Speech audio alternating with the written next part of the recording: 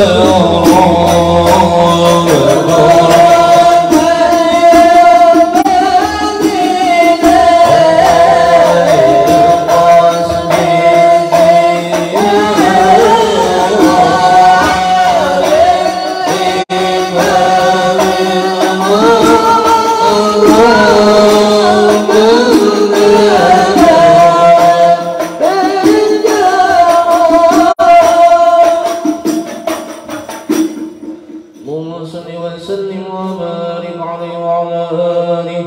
بسم الله الرحمن الرحيم.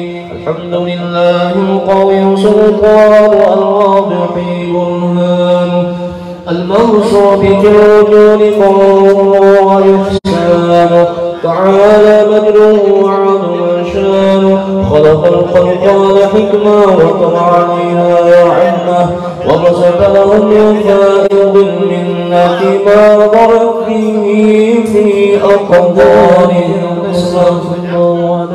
وارسل إليهم أشرف خلقه وجل عبيده والرحمة فعل قد رادت ولا زال بخلق هذا العبد المهبوب فانتشرت آثار شرفه في عوالم الشهادة والغيوم.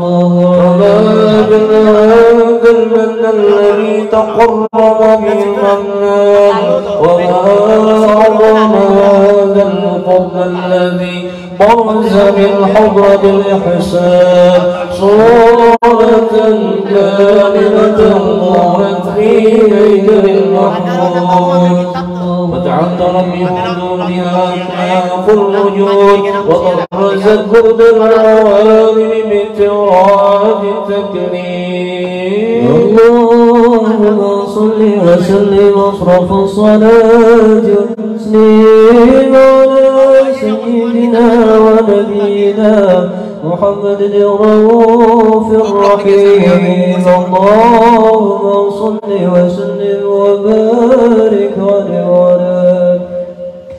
تجلى الحق في عالم قدس الواسع تجليا قضى بانتشار فضله في القريب والشاسع فله الحمد الذي لا تنحصر أفراده بتعداد ولا يمل تكراره بكثرة الترداد حيث أبرز من عالم الإمكان صورة هذا الإنسان ليتشرف بوجوده الثقلان وتنتشر صوره في الأكوان فما من سر اتصل به قلب منيب إلا من سوابغ فضل الله على هذا الحبيب. يا قلب سروره قد توالى بحبيب عظم الأنام دوالا إنما يشرف الوجود بنور ومر الكون بهجة وجمالا والترقى في الحسن أعلى مقام والتنالى في مجده وتعالى لاحظته العيون في مجتنته بشرا كاملا يزيح الضلالا وهو بوفق علمي ما قبله رفعة في شؤونه وكمالا فسبحان الذي أبرز بالحضرة الابتلاء ما يعجز عن وصفه اللسان ويحاط في تعقل معانيه الجلال انتشر منه في عالم البطون والظهور ما ملأ الوجود الخلقي فتبارك الله من إله كريم بشرتنا آيته في الذكر الحكيم ببشارة لقد جاءكم رسول من أنفسكم عزيز عليه ما عنتم حريص عليكم بالمؤمنين رؤوف رحيم. فمن فجأته هذه البشارة وتلقى بقلب سليم فقد هدي إلى صراط مستقيم. اللهم صل وسلم على سيدنا ونبينا محمد الرؤوف الرحيم. اللهم صل وسلم يا نبينا الهادي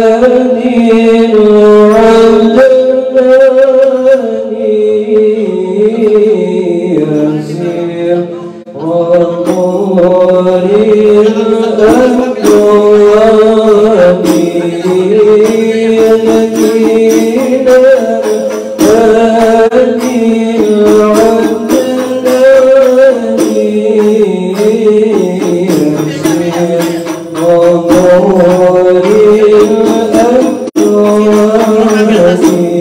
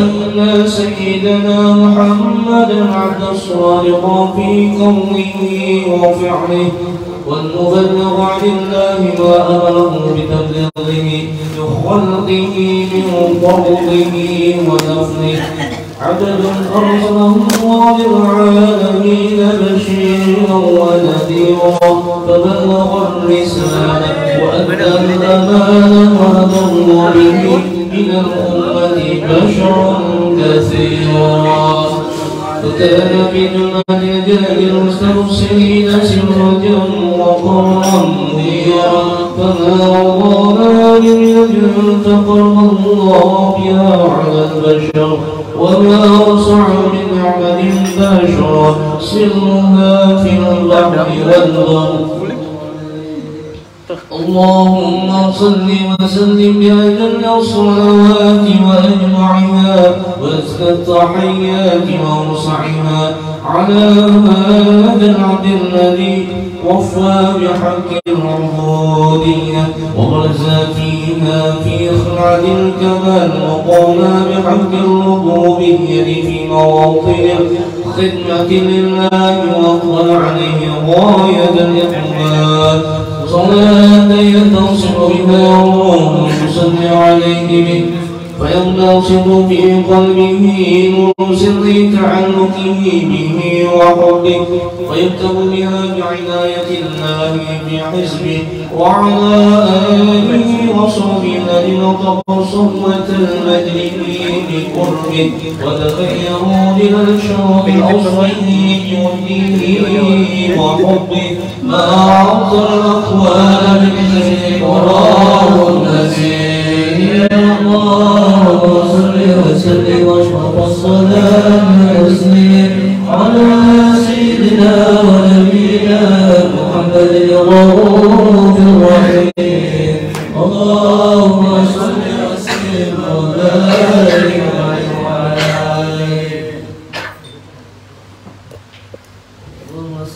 وسلم وبارك على Parakikan lagi di paraki di zoom jadi. Paraki lagi kan zoom. Di zoom lagi kan. Zoom lagi agak bawakan ininya jangan.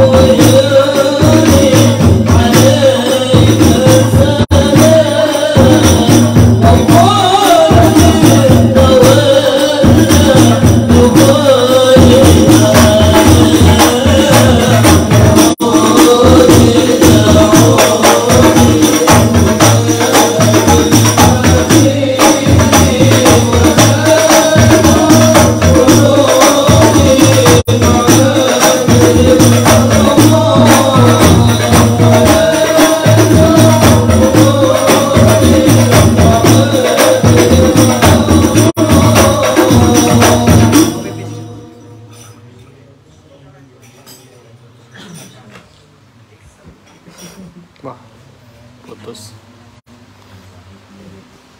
اللهم صل وسلم وبارك عليه وعلى آله.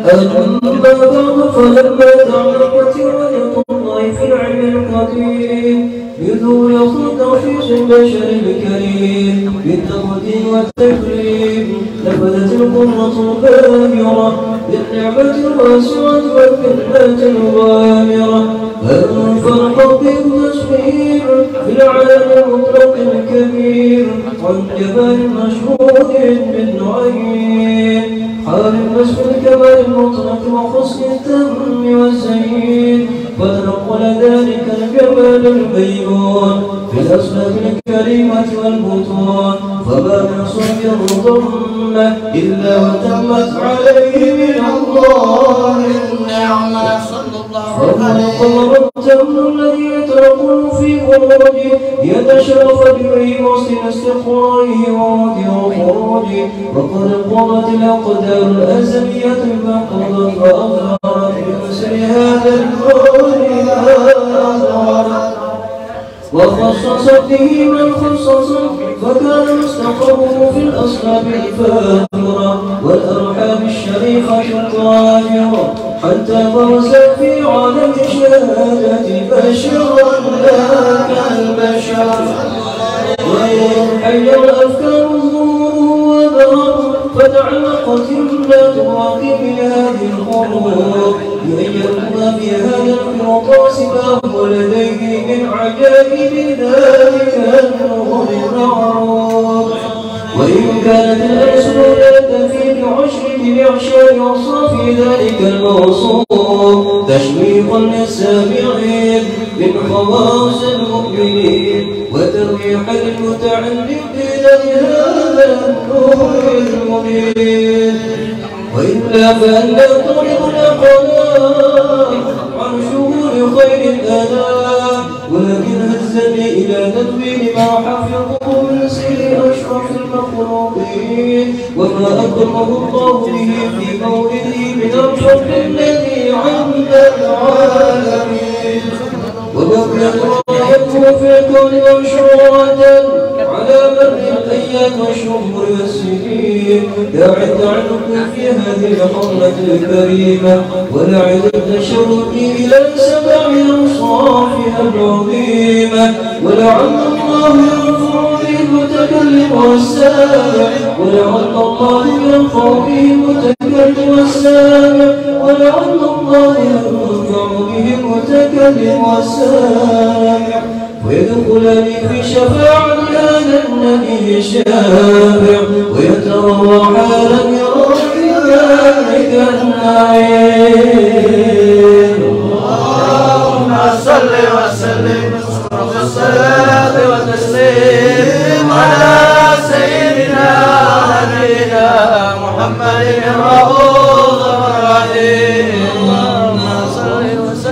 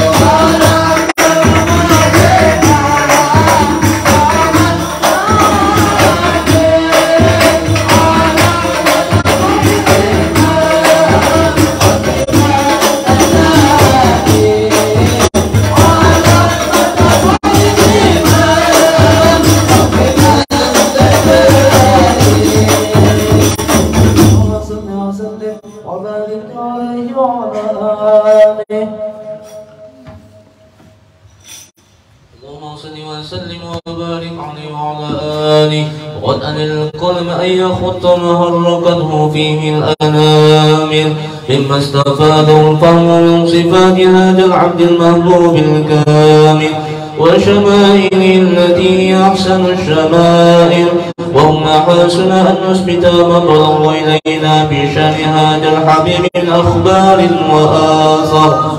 لنتشرف بكتاباته القلم والقرطاس وتنزه في الحدائق الأسماع والأبصار. وقد بلغنا في الأحاديث المشهورة أن أول شيء خلقه الله والنور موضع في هذه السورة، فنور هذا الحبيب أول مخلوق برز في العالم، ومنه تفرع الوجود خلقا بعد خلق فيما حدث وما تقادم. وقد أخرج عبد الرزاق بسند عن جابر بن عبد الله الأنصاري رضي الله عنهما قال: قلت يا رسول الله بأبي وأمي أخبرني عن أول شيء خلقه الله قبل الأشياء. قال يا جابر: إن الله خلق قبل الأشياء نور نبيك محمد صلى الله عليه وسلم من نوره. وقد ورد من حديث أبي هريرة رضي الله عنه أنه قال: قال رسول الله صلى الله عليه وسلم: كنت أول النبيين في الخلق وآخرهم في البعث. وقد تعدت الرواية بأنه أول الخلق وجودا وأشرفهم مولودا. ولما كانت السعادة الأبدية لها ملاحظة خفية اختصت من شاءت من البرية بكمال الخصوصية، فاستودعت هذا النور المبين أصلب وبطون من شرفته من العالمين، فتلقى هذا النور من صلب آدم ونوح وإبراهيم. حتى أوصلته يد العلم القديم إلى من خصته بالتكريم أبيه الكريم عبد الله بن عبد المطلب ذي القدر العظيم، وأمه التي هي في الرخاء آمنة السيدة الكريمات آمنة، فتركها سر عبد الله فالقوم إلى بطنها وضمته عشاؤها بمعونة الله محافظة على هد هذه ذرة وصونها، فحملته برعاية الله كما ورد عنها حملا خفيفا لا تجد له ثقلا ولا تشكو منه ألما ولا عبلا، حتى مر الشهر بعد الشهر من حمله وقرب وقت خروجه إلى عالم الشهادة تنبسط على أهل هذا العالم فيضاد فضله وتنتشر في آثار الأجر الصميم. اللهم صل وسلم والصلاة والتسليم على سيدنا ونبينا محمد الرؤوف الرحيم. اللهم صل وسلم وبارك عليه وعلى آله وبوض لقلبه هذه الذرة المكنونة والجوهرة الموصونة والكون كله يسبح ويمسي في سرور وابتهاج بقرب ظهور إشراق هذا السراج، والعيون متشوفة إلى بروزه متشوقة إلى التقاط جواهر كنوزه، وكل دابة لقريش نطقت بفصيح العبارة معلنة بكمال البشارة، وما من حامل حملا في ذلك العام إلا أتت في حملها بغلام من بركات وسعادة هذا الإمام. ولم تزل الأرض والسماوات متضمخة بعطر الفرح بملاقاة أشرف البريات وبرزه من عالم الخفاء إلى عالم الظهور بعد تنقله في البطون والظهور. وأظهر الله في الوجود بهج التكريم وبسط في العالم الكبير مائدة تشريف وتعظيم بروز هذا البشر الكريم. اللهم صل وسلم واشكرك الصلاة وتسليم على سيدنا ونبينا محمد الرؤوف الرحيم. اللهم صل وسلم وبارك عليه وعلى آله.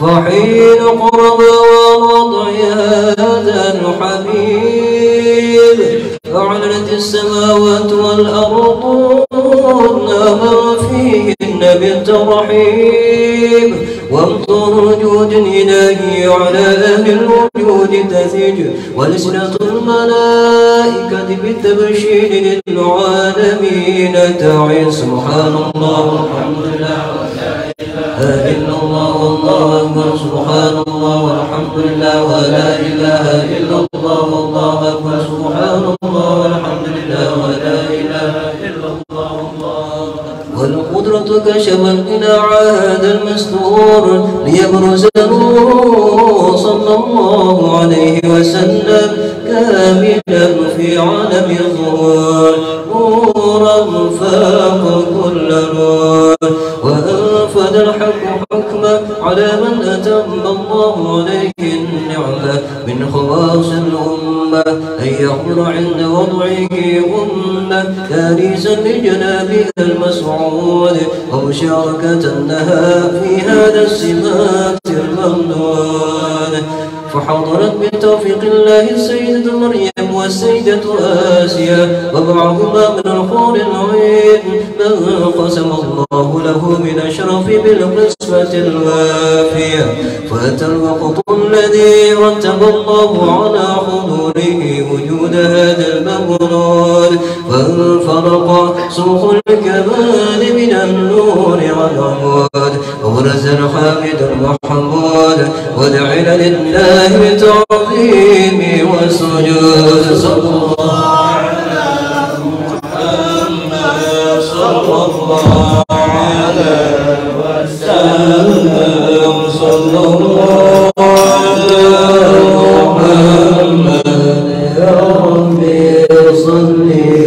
عليك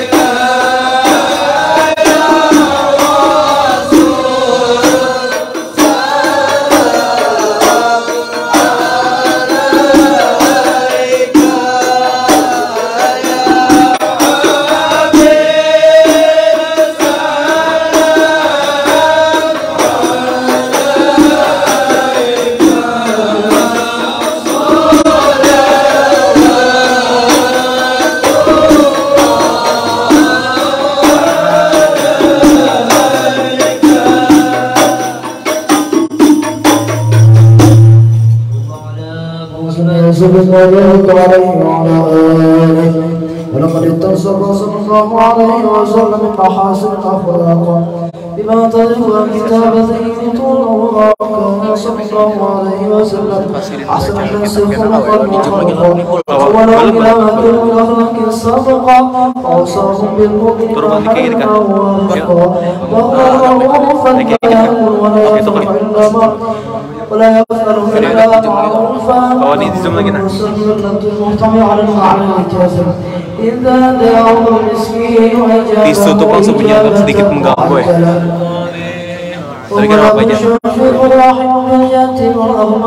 ولهم رسولات أخلاق ليلة القوية التي ترتعد منها فرائس الأقوياء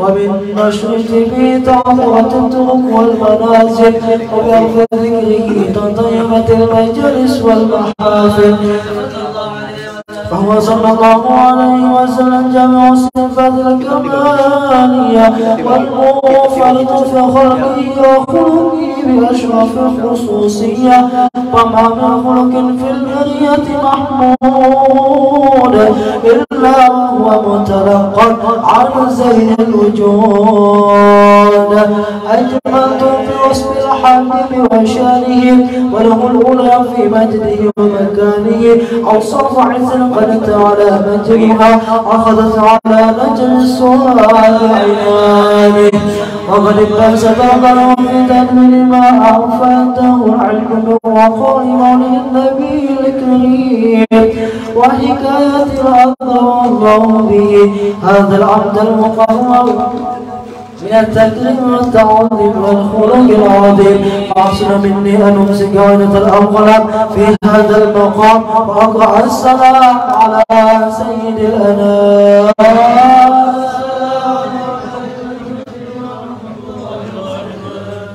السلام عليك أيها النبي ورحمة الله وبركاته. السلام عليك وبذلك يصل خلقك ويصل التقديم فعليه أفضل الصلاة والتسليم. اللهم صل وسلم وشرف الصلاة والتسليم على سيدنا محمد رسول الرحيم. Keadaannya Kak, stop kopinya, filenya ada nggak? Kada bentuk file ada nggak? Kita bangun file dan cukup kayak. Kenapa sih? Mic wireless. Wireless tuh bisa tuh, mic wireless tuh.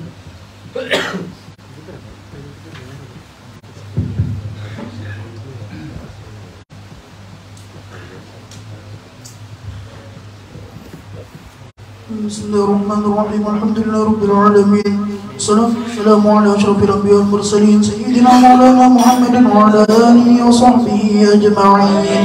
ولما نظم الفكر من دراره الأوصاف محمدية وقودا توجهت إلى الله متوسلا بسيدي وحبيبي محمد صلى الله عليه وسلم أن يجعل سعي فيه مشكورا وفعلي فيه محمودا وأن يكتب عملي في الأعمال المقبولة وتوجهي في التوجهات الخالصة والصلات الموصولة.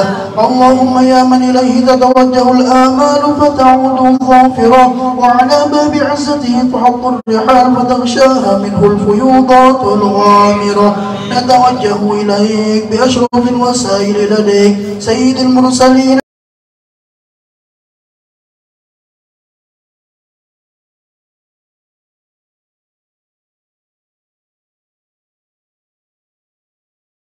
عبدك الصادق الأمين سيدنا محمد الذي عمت رسالته العالمين. أن تصلي وتسلم على تلك الذات الكاملة مستودع أمانتك وحافظ سرك وحامل راية دعوتك الشاملة الأب الأكبر المحبوب لك والمخصص بشرف الأفخر في كل موطن من مواطن القرب ومظهر. واعصم إمدادك في عبادك وساق كؤوس إرشادك لأهل ودادك سيد الكونين وأشرف الثقلين العبد المحبوب الخالص المخصوص منك بأجل الخصائص. اللهم صل وسلم عليه وعلى آله وأصحابه وأهل حضرة اقترابه من أحبابه. اللهم إنا نقدم إليك جاه هذا النبي الكريم ونتوسل إليك بشرف مقامه العظيم أن تلاحظنا في حركاتنا وسكناتنا بعين عنايتك وأن تحفظنا بجميع أطوارنا وتقلباتنا بجميل رعايتك وحصين وقايتك وأن تبلغنا من شرف القرب إليك وإلى هذا الحبيب غاية آمالنا وتتقبل منا ما تحركنا فيه من نياتنا وأعمالنا وتجعلنا في حضرة هذا الحبيب من الحاضرين وفي طريق اتباعه من السالكين ولحقك وحقه من المؤدين ولعهدك من الحافظين. اللهم إنا لنا أطمع في رحمتك الخاصة فلا تحرمنا وظنونا جميلة هي وسيلتنا إليك فلا تخيبنا. آمنا بك وبرسولك وما جاء به من الدين وتوجهنا به إليك مستشفعين أن تقابل المذنب منا بالغفران أن تقابل المذنب منا بالغفران أن تقابل المذنب منا بالغفران والمسيء بالإحسان والسائل بما سأل والمؤمن بما أمل وأن تجعلنا ممن نصر هذا الحبيب ووازره ووالاه وظاهره وعم ببركته وشريف وجهته أولادنا ووالدينا وأهل قدرنا ووالينا وجميع المسلمين والمسلمات والمؤمنين والمؤمنات في جميع الجهات.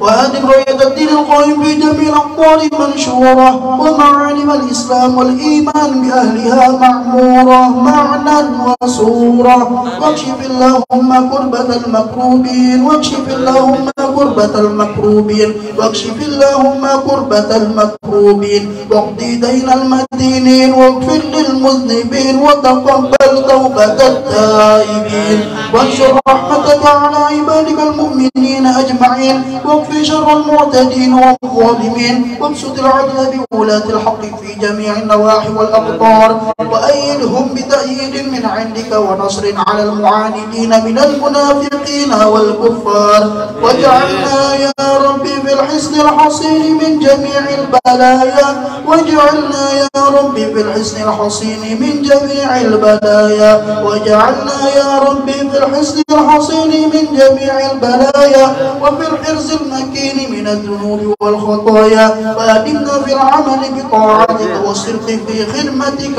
قائمين وإذا توفيتنا فتوفنا مسلمين مؤمنين واختم لنا منك بخير أجمعين وصل وسلم على هذا الحبيب المحبوب للأجسام والأرواح والقلوب وعلى آله وصحبه ومن إليه منسوب وآخر دعوانا أن الحمد لله رب العالمين.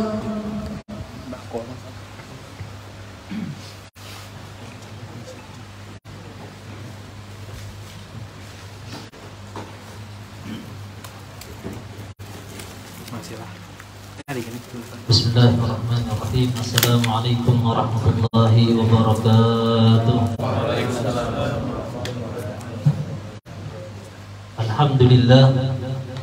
Alhamdulillahi rabbil alamin wa asyhadu an la ilaha illallah wahdahu la syarika lah wa asyhadu anna sayyidina Muhammadan abduhu wa rasuluh. Allahumma salli wa sallim wa barik wa karrim ala abdihil mujtabal mukhtar sayyidina Muhammadin نور الأنوار وسر أسرار وعلى من سار في طريقته ومنهاجه وعلى آبائه وإخوانه من الأنبياء والمرسلين وعلى آلهم وصحبهم والملائكة المقربين وجميع عباد الله الصالحين وعلينا معهم وفيهم برحمتك يا أرحم الراحمين. أما بعد، حضرة المحترمين والمكرمين وجميع الحاضرين والحاضرات حفظكم الله Wabalagha aqsamakum wabil khusus nakhus bil dzikr. Yang ulun muliakan dan ulun hormati dan ulun cintai para alim ulama, para guru-guru agama yang hadir di hadapan kita, Ustaz Salman Tirmidzi dan Ustaz Sabian Tirmidzi, dan juga para alim ulama yang hadir di hadapan kita, dan juga yang ulun muliakan dan menghormati para orang tua kita, sesepuh kita, para tokoh-tokoh masyarakat, dan juga wabil khusus sahibul bait yang telah menyediakan tempatnya kepada kita untuk menimba daripada warisan Nabi besar Muhammad SAW, Bapak Syarifuddin dan sekeluarga. Mudah-mudahan Allah Subhanahu wa taala memanjangkan umur beliau, menyehatkan badan beliau, dan mudah-mudahan keluarga beliau dijaga oleh Allah Subhanahu wa taala, dan mudah-mudahan pula kita yang hadir di sini menjadi sebab Allah Subhanahu wa taala mengampuni dosa-dosa kita semua, mengabulkan hajat-hajat kita, memudahkan urusan-urusan kita, dan mudah-mudahan Allah Subhanahu wa taala jadikan pertemuan kita ini pertemuan yang mana nantinya menghantarkan kita kepada pertemuan yang lebih mulia nanti di surganya Allah Subhanahu wa taala, di surga Firdaus bersama Nabi Muhammad sallallahu alaihi wasallam. Amin Allahumma amin. Dan juga yang ulun hormati jemaah sekalian yang tidak bisa ulun sebutkan namanya satu persatu, yang mana insyaallah berkumpulnya kita di sini karena berkumpul untuk mengambil yang mulia. Mudah-mudahan Allah memuliakan kita sebertaan. Amin Allahumma amin. Alhamdulillah, syukur kita kepada Allah Subhanahu wa taala atas nikmat yang Allah Subhanahu wa taala berikan kepada kita. Beberapa bulan yang lalu kita berkumpul dan bertatap muka, yang mana pertatapan muka ini adalah suatu wasilah yang nantinya walaupun kita tidak saling mengenal, tidak mengetahui nama, akan tetapi dengan saling berpinanduan itu nanti di akhirat ketika ada salah satu daripada kita, misalkan naudzubillah min dzalik, ketika dia tergelincir daripada jembatan Sirat dan temannya yang pernah hadir disebut melihat, maka dia nanti bisa menjadi saksi untuk teman tersebut bahwasanya fulan bin fulan orang itu pernah hadir dalam suatu majelis. Mudah-mudahan kita orang-orang yang selamat dunia akhirat berada. Amin Allahumma amin. Kenapa demikian? Karena setiap sesuatu itu bakal menjadi saksi. Jikalau sesuatu yang mati, tempat, rumah, hal-hal yang tidak ada nyawanya itu bisa menjadi saksi.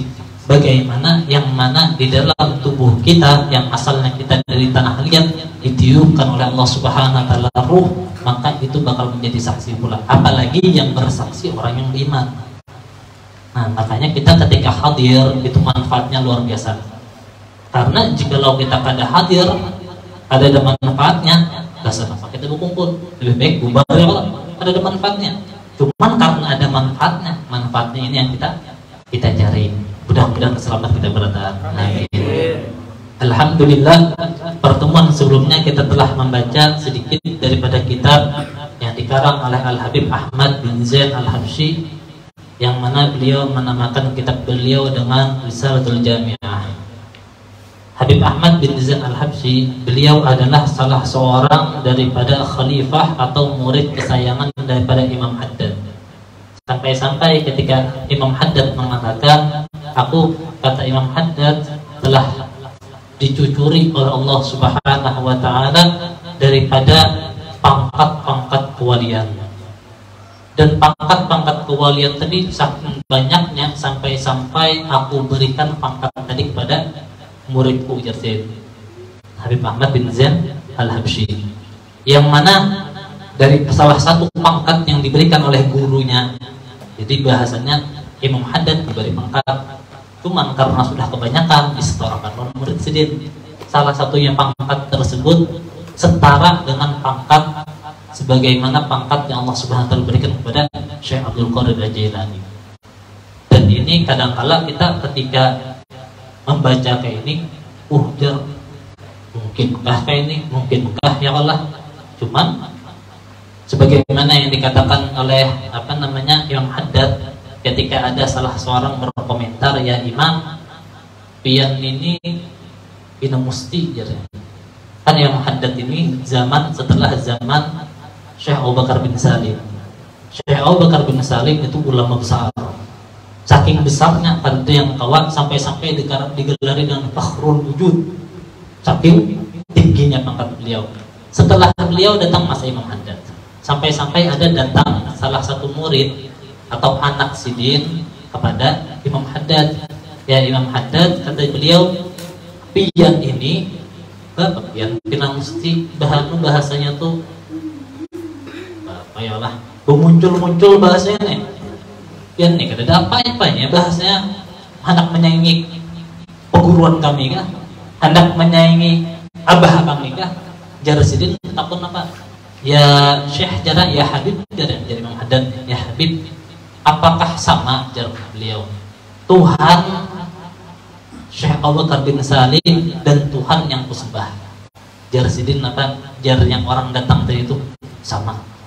Apakah bisa Allah memberikan pangkat kepadaku sebagaimana Allah berikan pangkat kepada Syekh Abu Bakar bin Salim?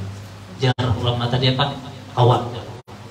Dan bahkan mudah-mudahan jar ulama tadi yang menentang tadi jar sidin apa? Mudah-mudahan pangkatnya lebih tinggi lagi. Dalam artian apa? Kita kalau kita pada putus asa, contoh kita dari zaman sampai banyak ulama-ulama mengatakan, khususnya di Tarim sana, kami jar beliau walaupun kada sezaman dengan Syekh Al-Fatih Muqaddam dan kada sezaman dengan Al-Habib Abdullah Al-Haddad, ada sezaman dengan ulama-ulama Bahari, cuman sezaman dengan Habib Umar sudah cukup. Kita sezaman dengan Guru Sekumpul cukup. Kenapa? Karena mereka ketika beramal, mereka tahu bahwasanya aku awak lebih baik daripada bahasanya itu kayak ini. Ada menyombongkan diri karena mereka memahami pemberian Allah itu luas. Walaupun bahasanya Allah hendak memberi pangkat yang lebih tinggi daripada wali-wali sebelumnya, awak. Kenapa? Karena bukannya sama. Kan Allah memberikan dengan karunia Allah tanpa batas. Nah itu yang apa namanya pelajaran kita yang harus kita pahami. Makanya ketika kita mempelajari ilmu, mengambil ilmu, itu jangan putus asa kita. Satu, ilmu yang kita ambil itu barokahnya luar biasa. Sampai-sampai jar para ulama, siapa orang yang dikatakan alim itu siapa? Alim itu harus orang hafal Quran kah? Harus orang yang hafal ribuan hadis kah? Alim itu harus kayak ini kah, macam-macam. Jar para ulama, siapa orang alim? Orang alim adalah orang yang memahami satu permasalahan, maka itu dinamakan orang alim. Orang alim dari segi apa? Dari segi permasalahan yang kita pahami. Karena kadang-kala kalau kita bahasanya mengambil bahwasanya orang alim semua, ya pada awal. Kan kadang-kala kita kan hobinya misalkan matematika, ya kan umumnya nih, atau IPA IPS, atau misalkan kayak masalah apa syariatnya, fikih atau tasawuf. Hendak mengambil berat itu kata bawang alih. Amun hendak gua umpati Imam Nawawi. Jadi Imam Nawawi apa? Sidin kada kawin Sidin kada kawin sidin lawan siapa? Lawan kitab. On hendak ini juga umpati sidin. Tahan kawin kada kawin. Ya Allah. Nah, itu apa namanya? Salah satu hirs mereka apa namanya semangat mereka dalam menuntut ilmu. Kembali kita ke pelajaran kita sebelumnya, bahwasanya sampai kita kepada sabda Nabi Muhammad SAW di muqaddimah, qala Rasulullah SAW halaman berapa tuh? Man salaka tariqan adalah halaman 7. Halaman 7. Jawab Rasulullah SAW, man salaka tariqan, man barang siapa, salaka ay dakhala, barang siapa yang memasuki tariqan, sebuah jalan, yaltamisu, yang mana man salaka tariqan, barang siapa yang masuk ke sebuah jalan, yaltamisu, mencari, fihi, di dalamnya tersebut, ilmu. Jadi jadi barang siapa, ya Rasulullah, salaka tariqan, masuk di suatu jalan, yaltamisu fihi ilman, mencari di dalamnya jalan tersebut akan sebuah ilmu. Sallallahu alaihi wa fi riwayah sahhalullah. Maka Allah bakal memudahkan bagi dia salaqallahu bihi, maka Allah akan memudahkan bagi dia tariqan ilal jannah, jalan kepada ke surga. Dari hadis ini kita memahami bahwasanya orang ketika berjalan ke dalam sebuah majelis ilmu itu seakan-akan dia berjalan untuk meminandui mana jalan ke surga, mana jalan ke surga. Simpelnya kayak ini, pian hendak ke acara diundang orang, cuman yang tahu tempatnya di mana. Ujarnya tadi itu daripada apa namanya, bahasanya habis waktu mencari-cari, lebih baik siang cari dulu tempatnya. Paham lebih ya? Siang datangi dulu situ tempatnya, ya karena boleh, karena malam saat nanti aja lagi. Itu juga orang yang tuntut ilmu, seakan-akan dia mencari jalan ke surga. Sampai nanti ketika dia sampai pada jalannya, dia nyaman untuk menjalani jalan surga tersebut. Nah, di sini para ulama mengatakan dari kata salaka itu man salaka thariqan, barang siapa masuk di suatu jalan. Salaka itu kata para ulama ada mudah jalannya. Kita amun menjalani suatu jalan dia nyamannya. Cuman kalau menuntut ilmu beda. Bedanya di mana? Salaka menjalani suatu ilmu itu kayak orang, namun kita mendengar dari guru akam semalam, Jarsidin kayak orang memasukkan benang lawan ke dalam jarum. Itu kayak apa ya? Perhatiannya harus, fokusnya harus luar biasa. Amun kita menuntut ilmu kayak itu juga. Ada kalau kita menuntut ilmu asal jalan aja kenapa? Perhatiannya kadang-kala kita hendak memasukkan dalam jarum lah. Lapas, nah lapas ini kadang kadang paham kita di dalam ilmu sudah lapas, kadang-kala digunting pulang supaya nyaman ya Allah. Kadang ada bulu-bulunya masih ada ya Allah. Ada yang dipucuk pulang bahasnya, masukkan dalam jarum. Kadang masih lapas juga. Nah itu ijtihad. Perumpamaan kayak orang ijtihad di dalam ilmu. Orang ketika menuntut ilmu kebanyakan kada paham. Kebanyakan kada paham. Karena sebagaimana orang yang memasukkan benang ke dalam jarum, kebanyakan lapas dulu. Kadang dihisap, diletak. Itu ijtihad, sungguh-sungguhnya dalam menuntut ilmu. Pas ketika masuk, yang aneh lagi, bisa ikat aja lagi. Bisa diikat. Begitu pula ilmu. Ilmu itu beda dengan jalan yang lain. Ketika kita menjalani suatu ilmu, itu harus dengan fokus dan perhatian. Ilmu apa aja di sini? Ilmu apa aja? Nah, amun masalah hadis ini, amun apa namanya, dari segi salat thariqan, menjalani suatu jalan pada ilmu, itu ilmu apa aja? Cuman amun yang di dalam hadis, ilmu yang mana menyampaikan kita kepada ridhonya Allah. Ilmu yang menyampaikan kita kepada ridhonya Allah, ada harus ilmu agama. Ada harus ilmu agama. Contoh yang biasanya yang kita dapati ilmu masalah apa namanya, yang astronot apa biasanya, astronomi kan. Nah, atau misalkan masalah kayak IPA, saya kalau, nah, kebanyakan mereka ketika mempelajari dapat hidayah. Nah, di situ ilmu manfaat juga. Yang mana asalnya mereka dapat hidayah gara-gara ilmu tadi, masalah dunia tadi, mereka mendapatkan hidayah dari Allah. Ada harus ilmu agama. Karena definisi ilmu yang wajib dituntut, ilmu yang menjadikan dia sampai kepada Allah. Karena kadangkala, karena ilmu itu sebetulnya ilmu agama itu manfaat berat. Cuman kadangkala bagi orang, sebagian orang pada ada manfaatnya. Contoh, kita bapak mencari ilmu aja. Contoh bahasanya supaya aku ujarnya kan macam-macam ya Allah, bahasanya ilmu apa aja, ilmu supaya orang datang melungkup apa namanya, bacayakan banyu ya Allah. Nah, tujuannya ke situ ada baik juga. Atau gasan mencari dunia ada baik. Atau bahasanya ini mempelajari suatu ilmu, contoh kayak ilmu masalah wudu, sunnah wudu. Salah satu sunnah daripada wudu bahasanya membasuh telinga. Ketika ini belum belajar, ini selalu basuh. Ketika sudah belajar, dia paham ini sunnah. Kadang digawi, kadang kada. Nah itu ilmu yang terbaik juga baginya.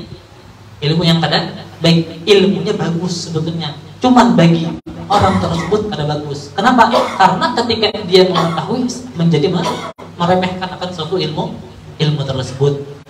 Nah, di sini ya Rasulullah, barang siapa yang masuk dalam suatu jalan, tujuannya apa? Menuntut ilmu.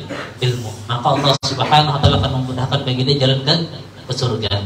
Kemudian kata beliau di sini di kitab wa ba'du, dan setelah itu fahadhihi, maka ini kata beliau, maka ini maksudnya kitab ini, kitab yang paling gede. Nah, masailu mukhtasaratun. Masail ini bisa diartikan pembahasan, bisa diartikan permasalahan, macam-macam.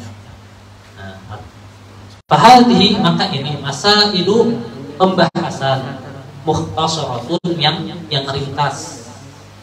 Pembahasan yang ringkas. Min ba'di kutubi hujjatul Islam, dari ba'di sebagian. Min ba'di, dari sebagian kutubi hujjatul Islam, dari sebagian kitab hujjatul Islam, rujukannya Islam, gelar beliau siapa? Al-Ghazali, yaitu Imam Ghazali. Dalam artian apa? Kata beliau di sini, fahadhi masailul mukhtasaratun. Ini adalah kata beliau permasalahan yang ringkas. Cuma ringkas, ringkas di sini beda dengan kita seakan-akan meringkas kata-kata di dalam SMS. Apa namanya tuh? Kita SMS bahasanya panjang, kemudian disingkat ya Allah. Nah, amun di sini beda, ringkas di sini.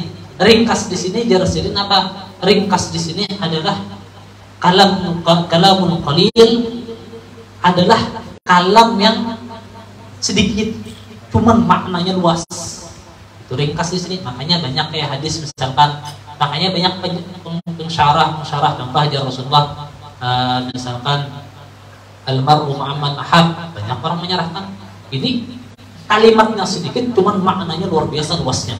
Nah, dan biasanya orang yang bisa mempersingkat kata yang asalnya banyak kata-katanya dipersingkat, itu biasanya orang yang pengetahuannya luasnya luar biasa. Contoh kitab Imam Ghazali di sini, min ba'di kutubi hujjatul Islam, dari sebagian kitab hujjatul Islam Al-Ghazali, yaitu Imam Ghazali, apa kitabnya? Iya, Ulumuddin. Itu dikarang lagi oleh Al-Imam Abdullah bin Ali Al-Haddad dengan nama kitab An-Nashih Diniyah. Sebetulnya beliau kadang mensyarahkan, beliau mengarang suatu kitab An-Nashih Diniyah, cuman dalamnya hampir sama dengan kitab Imam Ghazali. Sampai-sampai ulama-ulama kita mengatakan itu seakan-akan syarah daripada Imam Ghazali kitab Ihya Ulumuddin. Ternyata murid Imam Haddad mengarang lagi suatu kitab namanya Risalatul Jamiah yang pendek itu.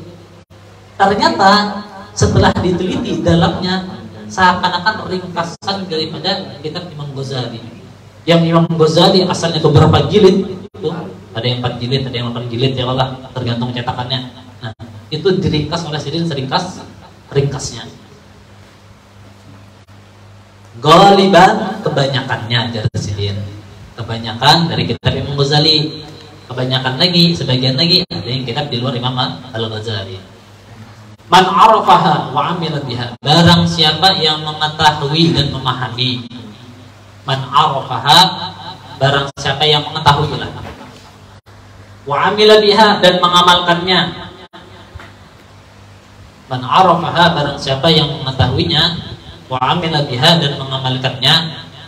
Narju, aku minta, kata beliau. Narju, aku meminta minallah, dari Allah, ayyakuna, mudah-mudahan dia ada min ahli ilm zahir wa batin, termasuk orang-orang yang ahli ilim, min ahli ilm, dari ahli ilmu yang zahir dan yang batin. Nah, jadi di sini bahasanya Jarsidin man arafaha wa amila biha, di sini perlu digarisbawahi. Man arafaha, barang siapa yang mengetahui, bukan mengetahui aja.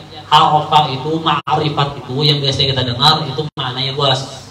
Ada seperti yang di kamus. Kalau man arafaha, barang siapa yang ma'rifat kepada kitab ini, ma'rifat tersebut inya mengetahui dan memahami, betul-betul mengetahui dan memahaminya. Wa amila biha, dan mengamalkannya. Jar Sidin, narju minallah, aku berharap. Jar Sidin, jadi doa Sidin nih di awal-awal Sidin sudah mendoakan orang yang mengamalkan kitab ini, memahami kitab yang buat pengikut itu dan mengamalkannya, maka didoakan Sidin orang yang termasuk memiliki ilmu zahir dan batin. Ilmu zahir batin ini luar biasa, luar biasa. Wabillahi taufik, dan mudah-mudahan Allah Subhanahu wa taala memberikan taufik. Nah, itu muqaddimah. Lanjut sedikit kita lagi. Ismu tauhid, bagian masalah tauhid. Faslun, suatu pasal. Faslun ini suatu pasal. Fi arkanil Islam, di masalah fi arkani, di dalam rukun Islam. Jadi bahasanya bahasa Arab, non bahasa Indonesia, sebagian kata itu hampir sama. Kayak fasal itu bukan bahasa kita, babun, bab, yang di kitab-kitab, kamu bilang apa? Kitab-kitab nih atau buku-buku. Fi arkani, di dalam arkan, rukun juga sama. Nah, Islam ya Islam juga. Nah, jadi yang kita bahas ini yang pertama masalah rukun Islam. Kata beliau arkanul Islam khamsatun. Rukun Islam itu ada 5. Syahadatu an la ilaha illallah. Yang pertama, syahadatu, kesaksian alla ilaha illallah, bahwasanya sesungguhnya la ilaha illallah, tiada Tuhan illallah kecuali Allah. Itu yang pertama. Wa anna Muhammadan Rasulullah, dan Nabi Muhammad itu utusan Allah. Wa iqamus shalah, dan mendirikan salat, rukun Islam juga. Rukun Islam yang kedua, mendirikan salat. Wa ita'uz zakah, menunaikan zakat bagi yang mampu. Ita'uz zakah, menunaikan zakat dalam kurung bagi yang mampu. Namun salat mampu kadang harus digawi ya Allah. Namun zakat kadang-kala ada orang ada berduit ya kada wajib zakat. Awannya berduit atau beli harta ya wajib zakat. Kemudian wasaumu Ramadan, menunaikan puasa Ramadan. Wasaumu Ramadan, puasa Ramadan. Wasaumu Ramadan, puasa Ramadan. Wa hajjul baiti man istata'a, wa hajjul baiti, dan berhaji al-bait ke Ka'bah. Bait itu Ka'bah.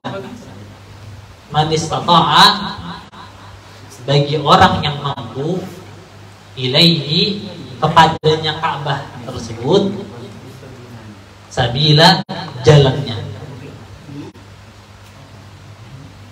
ma'al ikhlas wa tafsidik, bersamaan dengan ikhlas, ma'al ikhlas, bersamaan dengan ikhlas, ma'al ikhlasi, bersamaan dengan ikhlas, wa tafsidik, dan meyakini, membenarkan. Kita belum terangkan di akhir ya, kita baca dulu. Paman lam yakun mukhlisan, paman maka barang siapa lam yakun, tidak ada bagi dia, lam yakun, tidak ada bagi dia, mukhlisan, ikhlas, mukhlisan ikhlas, bi qalbihi, di dalam hatinya. Ikhlas masalah apa? Masalah mengerjakan yang 5 di atas tadi maksudnya. Fahuwa munafiqun, maka dia orang munafik. Waman lam yakun, maka barang siapa, waman, dan barang siapa lam yakun, tidak ada bagi dia,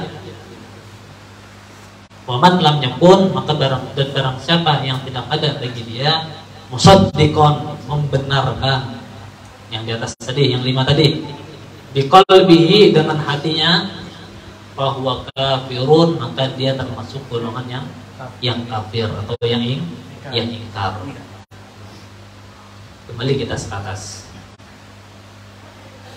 Jar Sidin masalah tauhid. Masalah tauhid. Karena kita Risalatul Jamiah itu terbagi menjadi 3. Ada tauhid, ada fikih, ada tasawuf.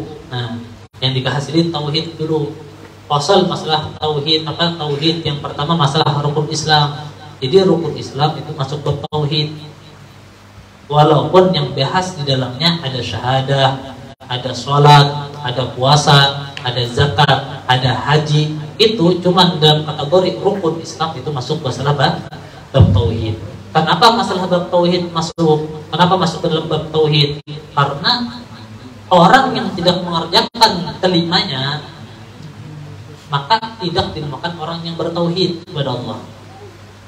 Amun ada orang yang mengerjakan sebagian daripada 5 tersebut, maka dia termasuk orang yang Islam. Dalam tanda kutip, yang paling penting mengucapkan syahadat. Amun ada orang sholat, Masya Allah, sholatnya luar biasa, 5 waktu di masjid pulang, haji setiap tahun, zakat keluarkan, puasa digawi, cuman kadang mengucap syahadat, berapa ya Allah. Ada kawanya. Maka yang pertama jelaskan bahwasanya rukun Islam itu ada 5. Sebagaimana sabdanya Rasulullah SAW, "Bunyal Islam 'alal khams." Didirikan Islam itu ada 5 macam, 5 perkara. Pondasi Islam itu ada 5. Apabila salah satu dari pondasi itu hilang, maka itu dinamakan orang yang kada Islam. Orang yang kada Islam. Kayak kita rumah, amun kada ada atapnya, kira-kira dinamakan rumah lah. Lain. Ya kalau gubuk kah? Macam-macam. Karena rumah itu ya ada kamar, ada pintu, ada jendela, yang dinamakan rumah. Cuman misalkan kayak kita mengolah rokok itu harus ada kamarnya kan? Ada harus. Ya kalau contoh rumah lawan rokok sama kada bentuknya? Beda. Begitu pula Islam itu ada bentuknya. Bentuknya kayak apa? Menunaikan 5 perkara tersebut. Yang pertama jelaskan syahadatu alla ilaha illallah. Kesaksian bahwasanya tiada Tuhan selain Allah. Yang mana makna daripada kesaksian bahwasanya tiada Tuhan dan selain Allah, ai la ma'budu bihaqqi wujudi illallah. Tidak ada yang pantas disembah kecuali Allah. Tidak ada yang pantas disembah kecuali Allah. Ulama kita menjabarkan masalah syahadat itu luasnya luar biasa. Luasnya luar biasa. Jadi kata para ulama kita bahwasanya la ma'budu bihaqqi wujudi illallah, tidak ada yang pantas disembah kecuali Allah, itu bisa menjalar kemana-mana. Tidak ada yang bisa mengenyangkan kecuali Allah. Tidak ada yang bisa memberikan rezeki kecuali Allah. Tidak ada yang bisa membangunkan kita kecuali Allah. Tidak ada yang bisa memberikan hidayah kecuali Allah. Itu makna daripada syahadah. Jadi luas maknanya. Menjerat bertahan. Tidak ada yang bisa menyembuhkan kita kecuali Allah. Obat tidak Allah. Yang kau menyembuhkan siapa? Allah. Contoh misalkan dalam hadis Nabi Muhammad SAW bersabda tentang salah seorang, tentang amun kada salah, amun di Al-Quran itu dengan digelari dengan di surah Al-Buruj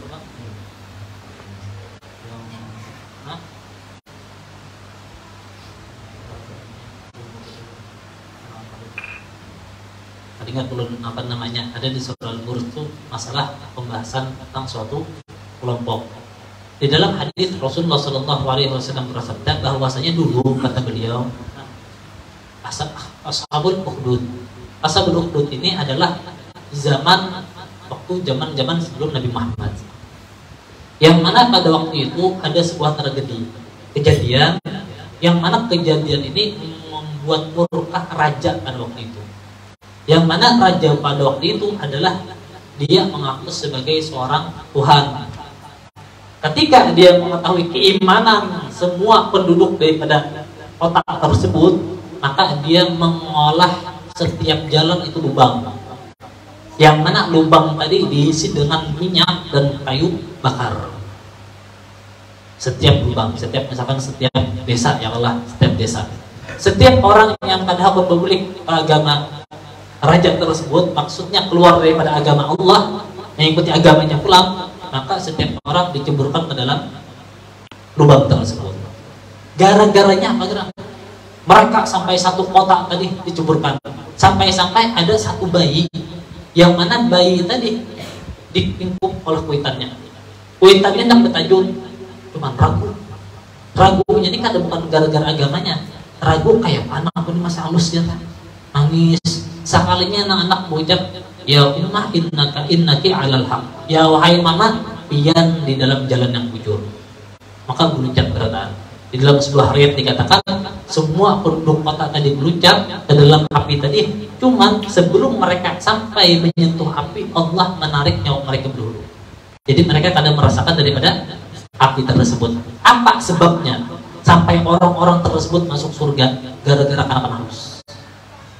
Gara-gara orang yang remaja, yang mana dia bisa menyembuhkan orang setiap orang. Sampai-sampai pada suatu ketika orang tadi yang mana inya sebetulnya disuruh mamanya untuk belajar sihir, ternyata di tengah jalannya ketemu dengan ulama awam bahasa bahari karena sebelum Islam belum ada Islam, ketemu dengan pendeta. Ketemu dengan pendeta di jalan hendak belajar lawan orang tukang sihir, inya berdoa apa? Belajar lawan pendeta tadi. Ketika boleh belajar dari tukang sihir, belajar lawan pendeta tadi, sampai pelajaran yang ia dapatkan Masya Allah luar biasa. Sampai pada suatu ketika orang ini masyhur gara-gara bahwasanya ilmu yang ia dapat itu manfaatnya luar biasa. Gara-gara ketika ia melewati suatu jalan ada binatang buas, diambilnya batu halus. Ya Rabb, jaraknya kalau tahu Tuhan siapa? Aku belajar sihir, belajar agama yang bujur, ya Allah. Nah, cuma dia ambil batu halus. Ya Allah, jikalau ajaran yang diajarkan oleh pendeta tadi bujur, maka musnahkanlah hewan tadi. Dia ambil batu halus, tawakannya, langsung musnah hewan tadi. Ketika itu pula orang-orang yang di daerah kampung tersebut tersebar kabar tentang Masya Allahnya murid daripada apa? Murid daripada penyihir tadi. Karena ini orang-orang tahu ini murid penyihir. Ini belajar lawan pendeta berdiam-diam. Cuman ketika ini belajar lawan pendeta, ini apa namanya? Ini adu mana yang lebih kuat. Ternyata ilmu pendeta tadi terkenal orang tadi. Sampai terkenal datang wakil atau penasihat raja. Yang mana penasihat raja tadi buta. Datang kepada orang tadi, kepada kanak-kanak halus tadi. Masya Allah, jari yang lain, Masya Allah ya Allah, karena di luar Islam ya Allah. Hebat benar jari kamu ya Allah, hebat benar. Penyihir kamu tuh, Masya Allah pulang. Penyihir kamu tuh, yang belajar kamu tuh luar biasa. Ujarnya apa? Ini lain ilmu penyihir. Ini Tuhan Allah yang menyembuhkan. Aku kalau menyembuhkan jarnya. Ya kah? Amun kayak itu kayak aku supaya sembuh. Amun ikam hendak sembuh, aku kalau menyembuhkan. Cuman amun ikam hendak sembuh, satu syaratnya. Ikam yang pertama mengucap syahadat. Asyhadu an la ilaha illallah, syahadat kepada Allah Subhanahu wa taala. Dan yang kedua hanya aku berdoa, ya Allah ajarnya dengan izin kau sembuhkanlah orang ini. Aku kalau menyembuhkan, yang kau menyembuhkan di pian, maka diusap sembuh langsung. Diusap langsung sembuh. La na'budu fi wujudi illallah. Ada yang kau menyembuhkan kecuali Allah. Contoh di kisah Nabi Muhammad SAW ketika di dalam peperangan banyak kejadian-kejadian. Contoh misalkan perang Tabuk, perang Khaybar ketika Sayyidina Ali bin Abi Thalib sakit matanya, ada kaum empat perang dikeu oleh Rasulullah, dipusutakan atau diludahkan oleh Rasulullah, langsung sembuh. Nah, ini orang yang meyakini bahwasanya syahadatu an la ilaha illallah atau kalimat la ilaha illallah, tiada yang disembah kecuali Allah. Maknanya tiada yang bisa menyembuhkan kecuali Allah. Itu luas itu. Contoh kita kayak minum, kan ada yang menyamanakan atau menyegarakan tenggorokan kita ini kecuali Allah. Kopi ini kan ada menghilangkan ngantuk. Yang menghilangkan ngantuk itu apa? Allah. Cuman asbab. Amun kayak itulah jar, tak dosa lagi bobat ya Allah. Dosa lagi makan ya Allah. Karena kadada yang kau menganyangkan ya Allah. Nah, salah pulang ya Allah. Nah, di sini kita harus pahami. Sebab Rasulullah SAW diutus menjadi Rasul, dan dari kalangan manusia. Tujuannya yang ini. Contoh bahwasanya bagaimana kita menteladani Rasulullah. Rasulullah makan pada umat dimakan. Rasulullah begawi kada umat dibegawi. Amun Rasulullah diutus jadi malaikat, ada pemakanan ya bagaimana umat ya Allah. Nah, hanya kalau kita makan ini, amun Rasulnya malaikat aja. Kalau kita makan ini, bahwasanya kada perlu makan, kada perlu guring, kada perlu minum. Cuman karena Nabi kita dari golongan manusia, maka kita harus menggawi. Kenapa? Karena min sunnatillah, karena itu dasar tabiat yang Allah berikan kepada manusia, ada makan, ada minum dan selainnya. Karena dari makan dan minum itu ada ujiannya pula, halal kah kada, haram kah, halal kah, syubhat kah, dari mana ini mengambil, ada ujiannya pula di situ. Ada bahasanya Allah tuh menciptakan makan bahasanya ada sesuatu di dalamnya tersebut. Wa anna Muhammadar Rasulullah, dan ketahuilah bahwasanya Nabi Muhammad itu Rasulullah, utusan Allah Subhanahu wa taala. Rasul itu banyak ya kalau banyak. Jadi ada namanya Rasul, ada Nabi. Nabi itu bawahannya Rasul atau orang yang menyambung risalah Rasul, itu Nabi. Amun Rasul orang yang memperbarui agama. Contoh Nabi Muhammad. Sebelum zaman Nabi Muhammad itu ada zamannya Nabi Isa. Kurun waktu berapa? Sekitar 500 tahun. Setelah Nabi Isa itu banyak nabi. Setelah Rasul Nabi Isa, kan Rasul Nabi itu setiap Rasul Nabi, setiap Nabi belum tentu Rasul. Nah, setelah zamannya Nabi Isa alaihissalam itu banyak nabi yang menyambung risalahnya Nabi Isa. Cuman makin lawas ya habis nabi tadi. Sampai masa zaman Nabi Muhammad, maka diperbarui agama yang sebelumnya dihapus. Dihapus. Karena jikalau kada dihapus, Yahudi itu agama yang Allah bujur. Nasrani agama bujur itu. Jadi mereka itu ketika datang Nabi Muhammad, orang-orang Yahudi mereka berpegang dengan agama yang bujur, ada yang agama ini. Orang-orang Nasrani, umatnya Nabi Isa, zaman dulu waktu zaman Nabi Muhammad bujur. Ada salah. Cuman ketika datang zaman Nabi Muhammad dipereteli oleh buannya. Kenapa dipereteli? Karena pendeta Nasrani bahasanya, pendeta orang buan Nasrani itu setiap tahun mereka dapat jatah daripada kaumnya. Amun dia masuk Islam habis jatah, kan itu. Nah, makanya mereka mengatakan itu Rasulnya kada bujur, ini dipereteli oleh buannya. Padahal zaman Nabi Muhammad itu masih bujur. Cuman karena kedengkian buannya dirubah oleh mereka menjadi bermacam-macam. Nah, setiap nabi, setiap Rasul itu nabi. Cuman selain setiap nabi belum tentu Rasul. Nah itu. Wa iqamus shalah, dan kita disuruh juga menunaikan salat, mendirikan salat. Wa ita'uz zakah, dan menunaikan zakat bagi yang mampu. Menunaikan zakat bagi yang berkewajiban zakat. Karena soalnya masalah salat, zakat, haji dan puasa itu banyak, karena panjang lagi. Ini baru pembukaan kita.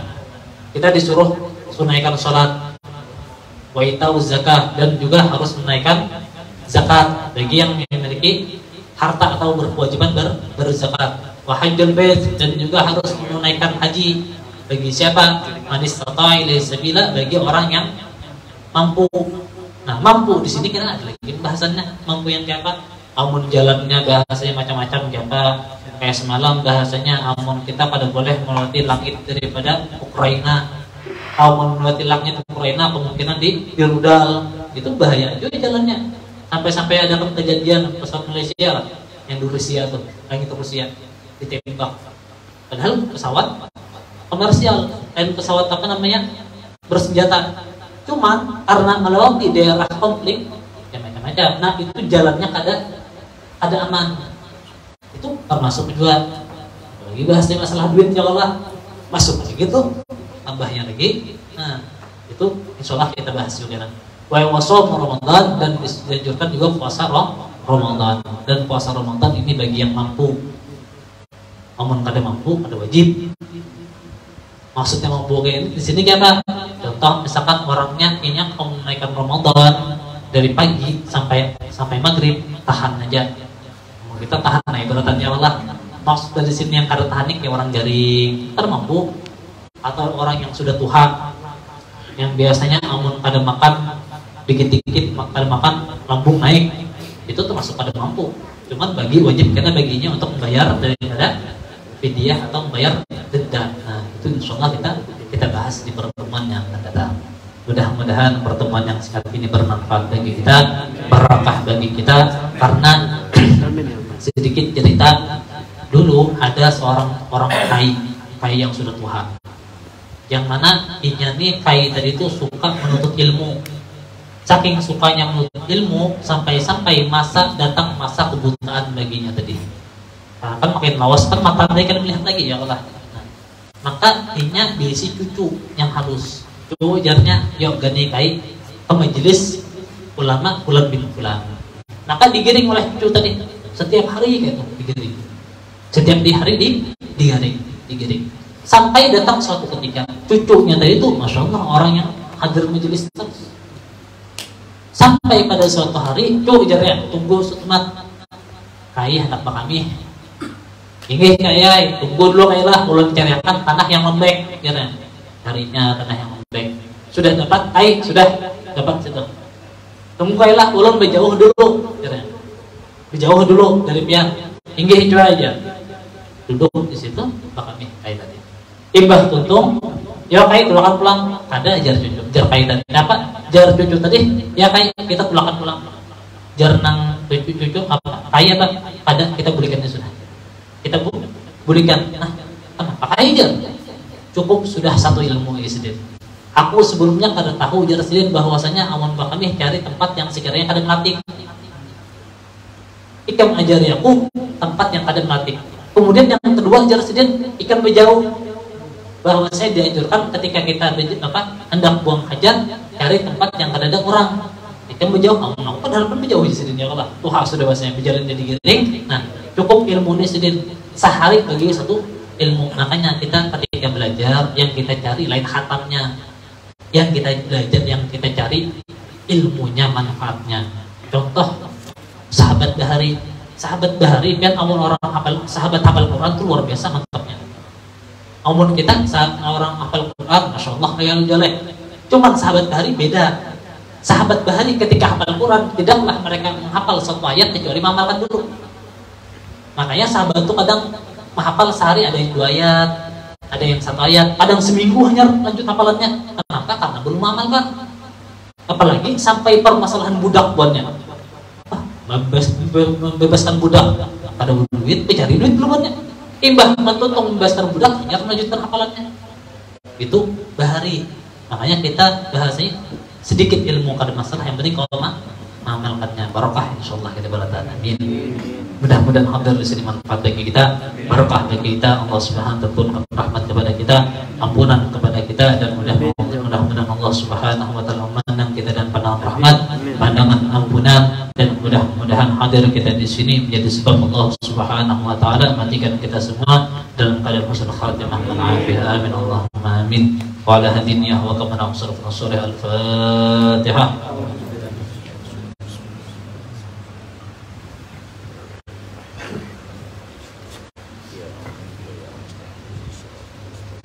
Amin amin. Bismillahirrahmanirrahim. Alhamdulillahirabbil alamin. Allahumma shalli wa sallim ala sayyidina Muhammad wa ala ali sayyidina Muhammad.